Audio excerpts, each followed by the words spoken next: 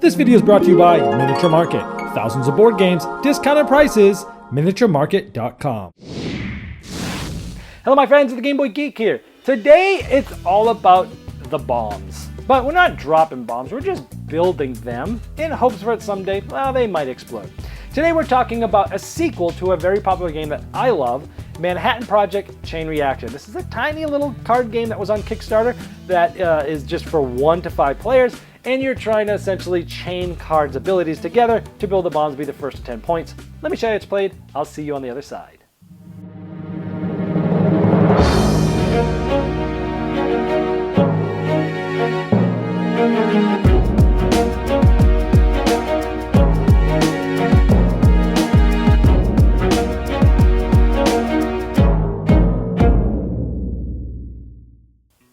In Manhattan Project, you're going to be chaining cards together to get yourself some resources to eventually use scientists and engineers and uranium to build certain bombs for points, and you're trying to get to bomb points of 10. Now everyone's dealt 5 cards. These are secret in your hand, but I've got them laid out here for the ease of use. Each card can be used in one of 2 ways. You can give a card an input and get an output, or you can turn it sideways for labor. Now for example, I might want to turn this card sideways and use it for the 2 scientists. I also might want to get this output, and I need 1 person of any type. So I might use this as a player here of a person of any type, and I'll use my scientist as my input to get me a yellow cake. Yellow cake will get me, this is 1, this is a card I would put in front of me, show me I have 1 yellow cake. So right now I have 1 yellow cake and 2 scientists. Now out near the deck is a place called landmarks, and there's 4 of them. They're the same every game, and they're out there the whole game, and anybody can use them on their turn. They're not very powerful cards, but they're ones that you can use when you're in a pinch. Now I had 2 scientists and a yellow cake, so what I'll do is I have this yellow cake, I had my 2 scientists, and then we'll output a uranium. So what you do is you take the yellow cake card that you had for the resource, simply flip it over, and that's my uranium. I put this in front of me. So my uranium is in front of me, these cards would get discarded, and then I can decide what I want to do with these. Do I want to keep them, or do I want to discard them? I definitely want to keep this. Maybe I discard the university, and I draw back up to 5, so I'll have this and 4 other cards, and I have 1 uranium. Now I drew some other special cards, Double Agent and Espionage. Now this one says, use a landmark without paying its personnel cost. So I could have used this instead of paying the 2 scientists. I could have just paid 1 yellow cake and gotten a uranium if I had played this card with it. Or I can steal a yellow cake from an opponent. This one allows me to look at opponent's hand and take a card, or steal a yellow cake. Those are pretty good. Then it'll be the next player's turn, and you continue like that. What you're trying to do eventually is get enough uranium to build some of these bombs, and essentially you would spend the personnel as shown, and the uranium is shown, and you would put this in front of you face up and showing you how many points, and you're trying to get 10. Now there's a couple special cards in there that allow you to draw 3 bomb plan cards, take one face down and put it in front of you so the other player doesn't know what you're building. Also, after you've built the bomb card, there's a stack of bomb loaded cards. These ones you just need to spend 2 scientists and 2 engineers, and you place this over one of your bombs. You can only have 1 at most for each bomb, and now that is just made my bomb from a 6 to an 8.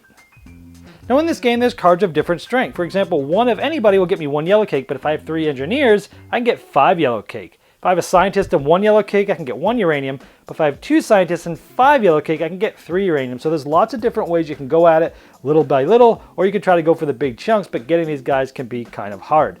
There's also other cards like this where you get 3 of anybody at the factory, and you could take either 3 cards off the top deck, or you could have any player discard 3 cards, but you can't use that portion of it if it's a 2-player game.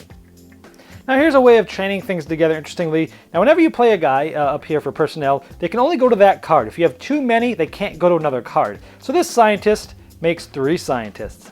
These 2 go here, this one goes here. You can split outputs. So this one goes here, these 2 go here, and between them I need 6 yellow cake, which I have. So playing these 2 cards and these 2 cards, I'll be able to get 4 uranium, and that's an example of how you can essentially chain things together. Now once somebody has gotten over 10, the game will end at the end of that round, going from the start player, making sure everyone had the same amount of turns. And then you take these numbers, and you take any uranium you left over, round it down, you take half of this, round it down, and then you add that to these numbers. Whoever has the most is the winner. If there's a tie, whoever has the most yellow cake is the winner. Alright, now the Manhattan Project itself is a game that I love. I've gushed on it on many lists. It was in my top 10 games of all time, and I just love that game. This is really interesting because it's very similar to that, but yet it takes like 20 to 30 minutes. With 2 players, more like 15 minutes. I mean, it's really quick. And it's very simple. I think they did a great job of taking the feel of what you were trying to do at the core of Manhattan Project, which was get resources, people, turn them into yellowcake, turn the yellowcake into uranium, and with that uranium build bombs. And from that core aspect of what you're trying to do in the Manhattan Project, the board game, which takes 90 minutes to 2 hours, and get it down to a 20-minute game, I think they did a good job with that. With the cards, you're literally just picking your card, chaining them together. People that like to combo stuff together, I think, are going to like this. I like the dual purpose cards, the part where you're trying to figure out where your labor is. Hey, I'm going to put this one here, it's going to output this will input to something else, then I can get this. And you're trying to be the most efficient as possible. There is a little bit of take that where you're messing with your opponent, stealing yellowcake, maybe making them discard cards. So be worried that there's some take that mechanisms in there. There's not too many of those cards, but there's enough that you can hurt some people. But overall, it's quick, it's easy, and I think it did Manhattan Project justice with this. My only complaint is, again, but it's a very small, cheap game, right? With the higher player counts, 4 and 5 players, you're going to be shuffling about every 4 turns or so.